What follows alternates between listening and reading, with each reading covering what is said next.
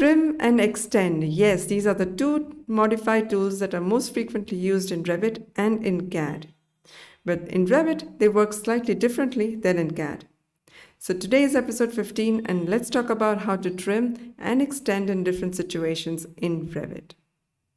I have this project where I have a couple of different walls which either require to be extended or trimmed. In Revit, trim and extend are not separate tools. So if you go into Modify tab, we have three different options here. So this option creates an L junction. It either trims or extends in order to create a corner. For example, in this case, this wall needs to be extended in order to create an L junction. So I will use my L button, which is trim and extend to corner, and choose my first element and the second element between which we need to create an L junction. Let's try on this side. To create an L junction in this direction, we need to trim this particular wall so that we can create that corner. So let's go to the L junction, which is trim and extend to corner. Select the first element, and in this case, always select the second element in the direction which you would like to keep. In CAD, usually you would select an element that you would like to trim. But in Revit, you select an element which you would like to keep. This is the main difference between the two programs. Let's try it on this side. First element and the second element which you would like to keep. The first element and the second element which you would like to keep. Let's escape to come out of this tool. Now in this particular case, I need to trim this wall so that we can create a T junction. So let's go to Modify and use our T button, which is the Trim Extend Single Element.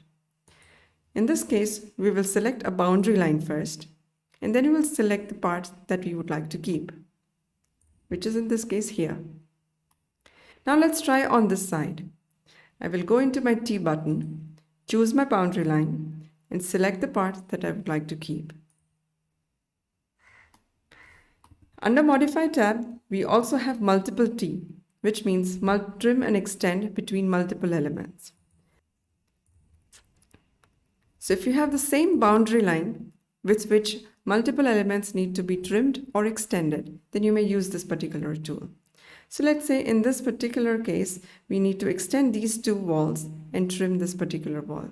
So let's go into the T, select the boundary line, select the element that we would like to keep. Let's say I would like to keep the part that is outside of this boundary, so I would select this part. So always select the part that you would like to keep. If you want to change the boundary, you must escape and start this tool again. Let's select this particular boundary and choose these two elements that require extending. Escape to come out of this tool. So instead of remembering them as trim and extend, try to think of them as L junction and T junction. This would make life much more easier. I hope you enjoyed today's video. In the next episode, we're going to talk about how to place doors. So please subscribe, stay tuned, and I'll see you in the next episode.